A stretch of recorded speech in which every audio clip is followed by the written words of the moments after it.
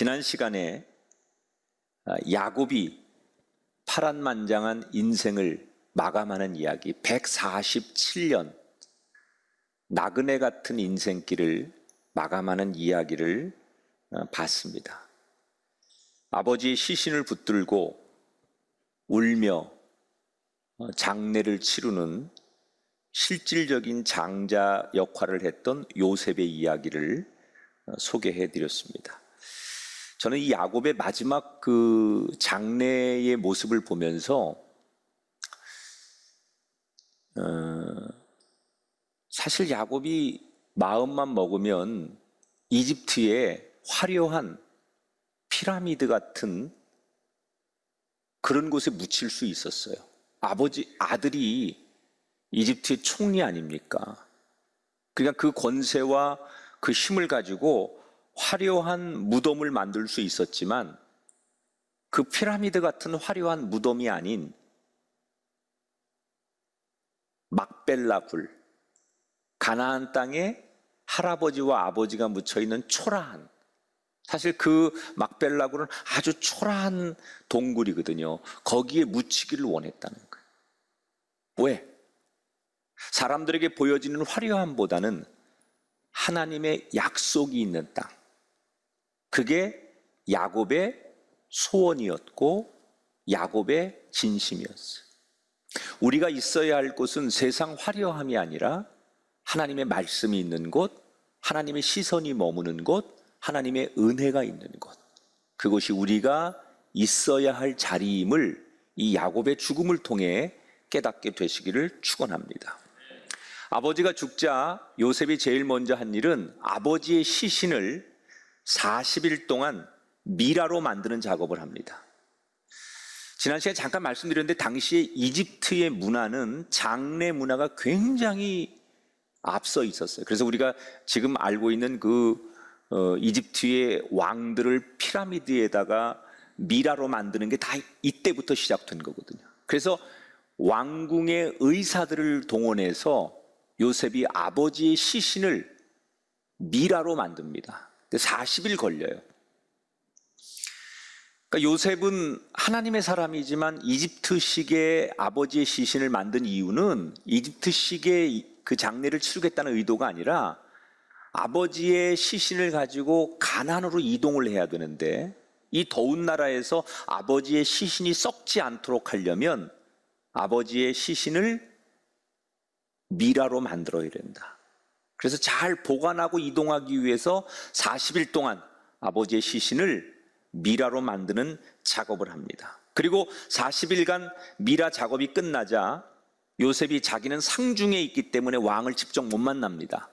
그래서 사람을 시켜서 파라오 왕께 아버지 장례를 치르기 위해서 내가 가나안 땅에 다녀와야 될 것 같은데 적어도 한 2주 정도는 시간이 소요될 것 같은데 국정에 공백이 생기잖아요.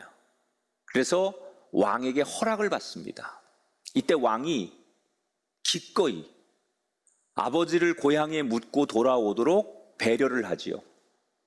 근데 단순히 시간만 주는 게 아니라 왕이 국장에 준하는 요셉의 아버지 야곱을 장례하는 것을 이집트의 국장에 준하는 수준으로 허락을 합니다. 그래서 많은 고관 대작들이, 군인들이, 또 각 지역의 지방 유지들이 동원이 되어서 대규모 조문단이 야곱의 장례 행렬에 참여를 합니다. 그러니까 여러분 얼마나 상상해 보세요. 대단한 그 장례 행렬이었을까. 그 이집트의 최고의 군인들이, 중앙의 요직을 맡은 사람들이, 각 지역의 유지들이, 또는 화려한 모든 이집트의 모든 것들이 동원돼서 야곱의 시신을 메고 가는 앞뒤에 그 행렬들이 쫙 서서 출발을 하는 거예요. 일주일을 메고 그렇게 쭉 가다가 드디어 요단강 앞에 섭니다. 저 요단강을 건너면 아버지가 원하는 고향 땅, 아버지가 묻히길 원하는 그 막벨라 동굴이 있는 거예요. 이때 요셉이 같이 동행해온 이집트 사람들은 요단강을 건너지 못하게 해요. 너희들은 여기 머물러라. 그리고 형제들하고 자기만 아버지의 시신을 메고 요단강을 건너요. 그리고 헤브론에 있는 막벨라 굴에 아버지의 시신을 안치하고, 그 안에는 굉장히 많은 얘기가 있습니다. 통곡하며 우는 이 요셉의 모습, 이런 거 다 성경에 나와요. 그리고 아무튼 아버지의 시신을 그렇게 막벨라 굴에 놓고 요셉은 다시 돌아옵니다. 보통 여러분, 사람이 가장 충격적일 때는 가족과 이별하는 거예요. 그래서 교회가 하는 일 가운데 하나는, 물론 우리가 결혼식도 축하해주고 여러 가지 우리 교인들의 애경사를 교회가 늘 중심에 서서 챙겨주지만, 항상 교인들 신경 써야 되는 것은 장례를 맞이한 가족들에 대한, 교인들에 대한 배려를 많이 하셔야 돼요. 가족을 잃은 슬픔, 충격은 가장 인생에 있어서 힘든 시간이거든요. 그래서 항상 우리가 교인들 가운데 장례가 생기면 정말 따뜻하게, 교인들이 정말 가족 못지않게 중요한 사람들이고 교회가 있어서 참 다행이다라는 생각이 들 만큼, 교회는 장례를 맞이한 사람들에 대한 최선의 배려를 다해야 되고 따뜻한 위로가 항상 있어야 돼요. 아버지를 잃고 요셉은 굉장히 마음이 허전합니다. 그리고 그 장례를 치르느라고 다 기력이 쇠해서 정말 힘들어하고 있어요.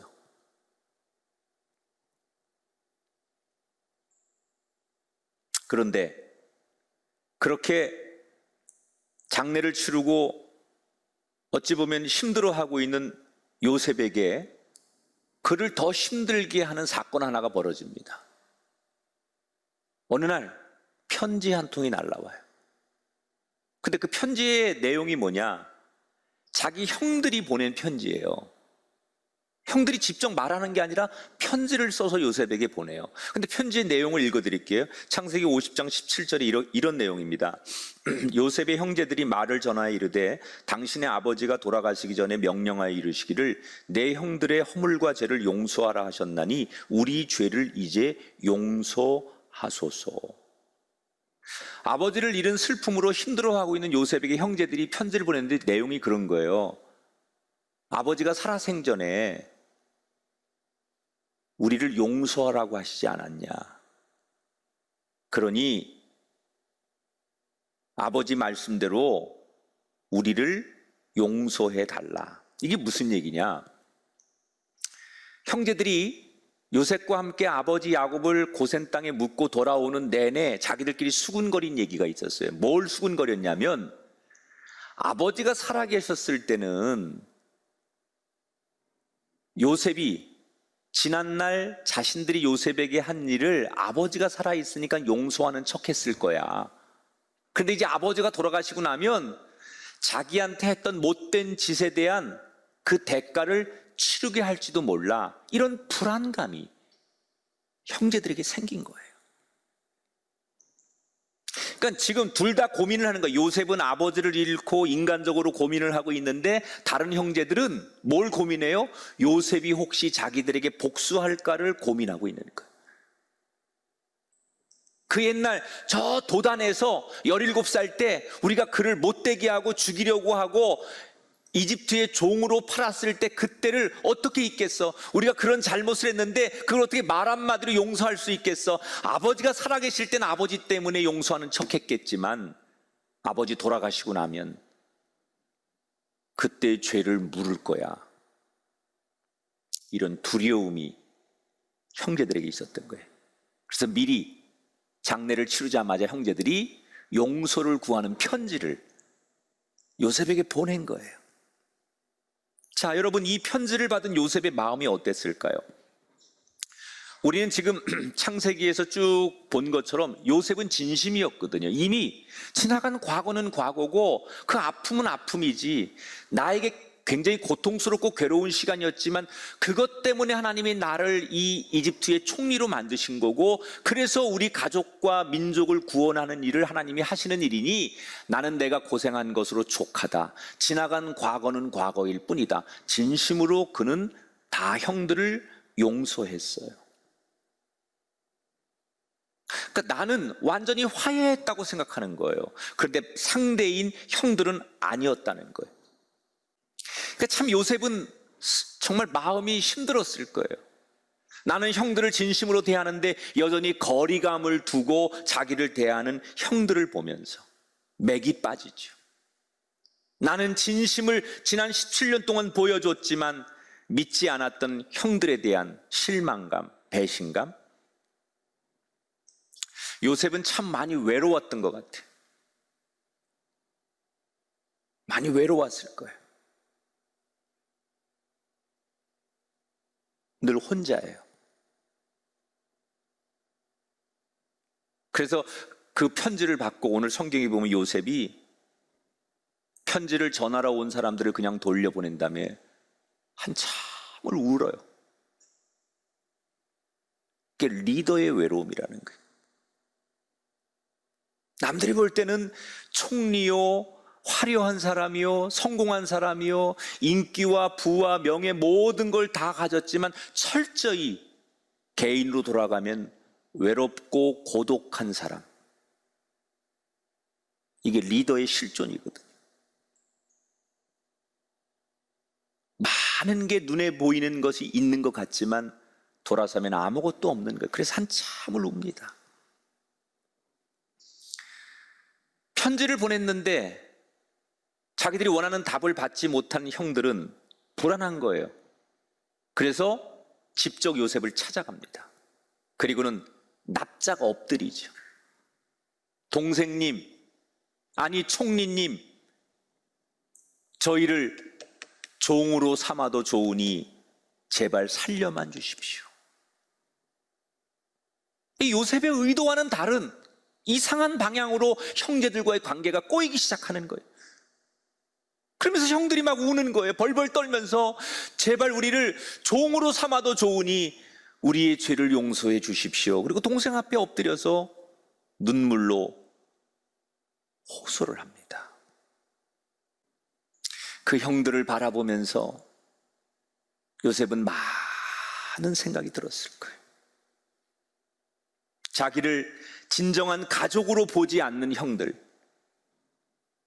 내가 준 사랑만큼 진심이 통하지 않는 상대를 보면서 안 되는구나, 안 되는 인간들은 안 되는구나, 이런 실망감을 가질 수 있는 상황들.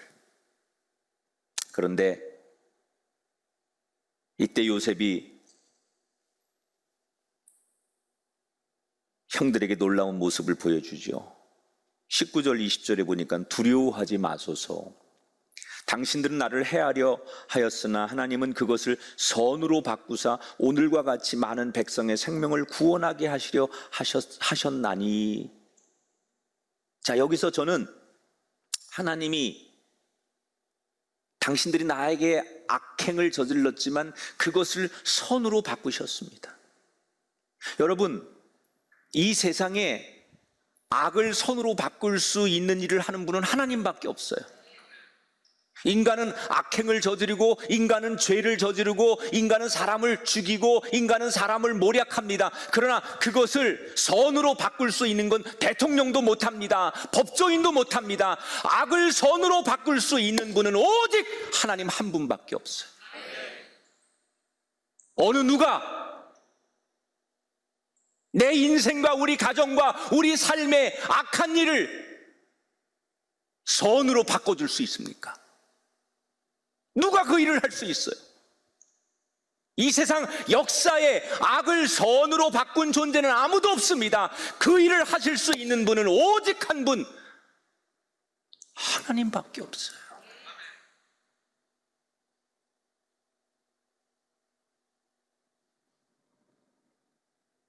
우리는 하나님 믿은 거 참 잘한 일이에요. 우리는 하나님이 계셔서 참 다행이에요. 그래서 오늘 여러분에게 저는 하나님의 이름으로 이렇게 축복합니다.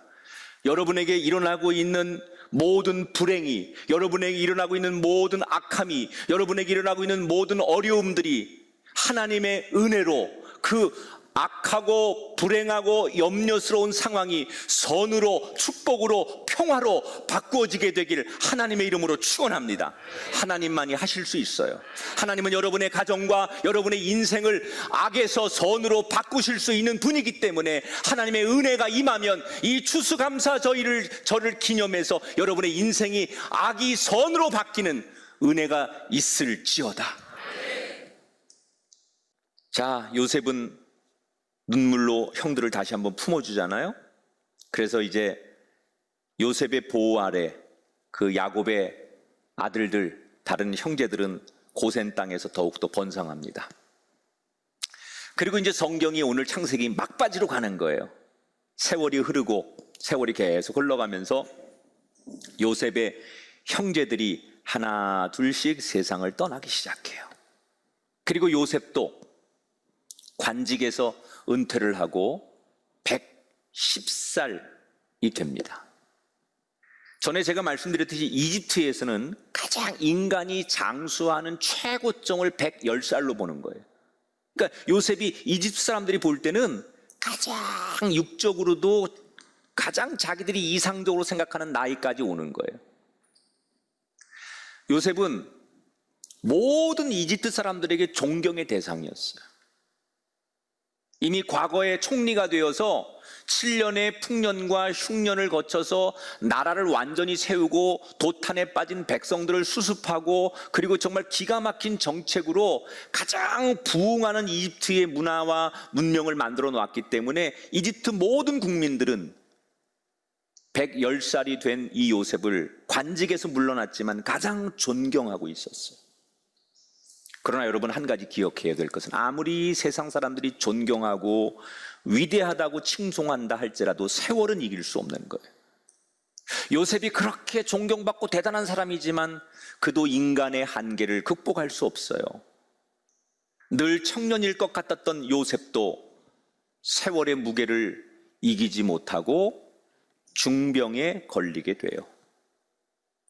그리고 아버지가 그 옛날 병상에서 내 생명이 얼마 안 남았던 것을 직감했던 것처럼 요셉도 내 생명이 얼마 남지 않았다는 걸 직감하지요. 그래서 유언을 남기기 위해 므낫세와 에브라임 아들들, 가족들, 그리고 남아있는 자기 형제들을 다 불러서 작별 인사라는 거예요. 유언을 남기는 거예요.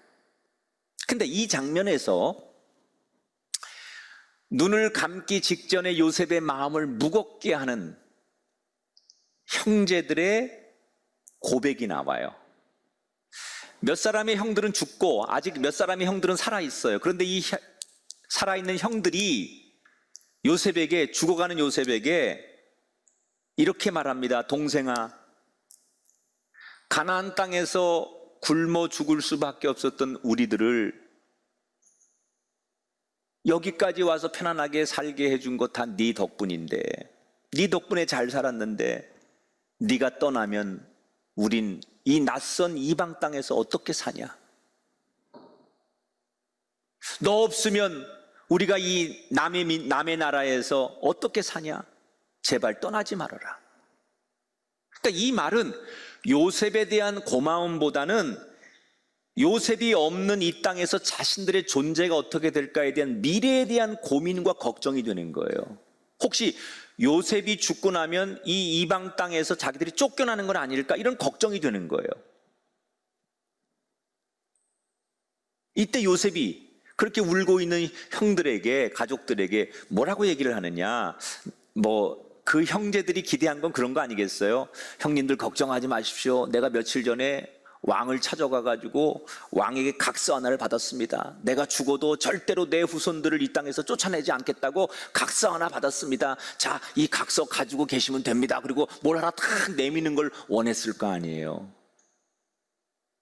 그런데 요셉이 뭐라고 말하느냐? 전혀 다른 이야기를 해요. 24절 같이 읽어보겠습니다. 24절 시작. 나는 죽을 것이나 하나님이 당신들을 돌보시고 당신들을 이 땅에서 인도하여 내사 아브라함과 이삭과 야곱에게 맹세하신 땅에 이르게 하시리라. 무슨 얘기냐? 형님들, 저는 하나님이 한번 약속하신 것은 영원한 것을 믿습니다. 아브라함과 이삭과 야곱에게 주신 그 약속, 이 땅을 너희에게 줄 것이고 너희로 하여금 큰 민족을 이루게 할 것이다. 하나님이 우리에게 그렇게 약속하셨지 않습니까? 나는 그 약속을 믿습니다. 그러니 형님들, 걱정하지 마십시오. 그 얘기예요. 왕에게 약속받았으니 걱정하지 마십시오가 아니라 내가 믿는 하나님이 약속하셨으니 난 그 약속을 믿기 때문에 그 약속에 근거해서 걱정하지 마십시오라고 말을 하는 거예요. 그리고는 언젠가 우리 민족이, 우리 후손들이 가나안 땅으로 돌아갈 때 내 유고를 함께 가져가 달라고 부탁을 하고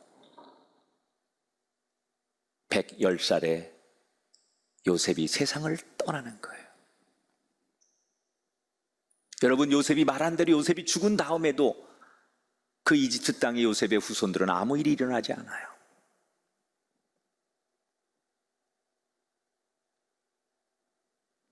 누구도 요셉의 후손들을 간섭하거나 쫓아내지 않아요. 뭐 때문이죠? 하나님이 그렇게 약속하셨기 때문에. 이제 다음 주부터 우리가 또 새롭게 만날 출애굽기에 보면 알겠지만 이스라엘은 약속대로 큰 민족을 이루어요. 그래서 모세 때 그 민족이 이집트를 나가잖아요. 이제 엄청난 민족을 이루어서. 여러분, 많은 분들이 올 한 해 삶의 어려움들을 호소하고 있어요. 코로나19로 인해서 모든 것이 엉망진창이 됐어요. 그리고 더 걱정은 앞으로 도대체 우리가 어떻게 살아야 될지, 도대체 앞으로 나아질 수 있는 건지, 모든 게 다시 원래대로 정상적으로 돌아올 수 있는지, 이런 걱정들이 너무 많아요. 다시 말하면 희망이 보이지 않기 때문에 사람들이 도대체 뭘 해야 될지 불안해하는 거예요. 여러분, 우리의 미래는 나아질 수 있을까? 희망이 있을까? 저는 감히 여러분에게 이렇게 말씀드려요. 나아질 수 있으니 희망을 가지십시오. 무슨 근거로 제가 그렇게 말하느냐? 하나님이 우리에게 주신 약속이 있어요. 마태복음 28장 20절에 내가 세상 끝날까지 너희와 항상 함께 있으리라. 사도행전 16장 13절에 31절에 주 예수를 믿으라, 그리하면 너와 내 집이 구원을 얻으리라. 데살로니가 후서 3장 3절 주는 미쁘사 너희를 굳게 하시고 악한 자에게서 지켜주실 것이니라. 우리가 창세기에서 본 것처럼 하나님은 약속하면 그 약속을 반드시 지키시는 분이에요. 그래서 하나님을 우리는 신실하신 분이라고 해요. 아무리 사소한 약속이고 그 약속을 들은 사람은 잊어도 그 약속을 뱉은 하나님은 절대로 그걸 잊지 않고 반드시 지키시는 분. 성경에 하나님은 우리에게 약속하셨어요. 이 세상에 무슨 일이 일어나도, 코로나19보다 더한 일이 일어나도 나는 너를 고아처럼 버려두지 않을 것이다. 그 약속을 믿으십니까? 그 약속 여러분에게 하신 약속이에요.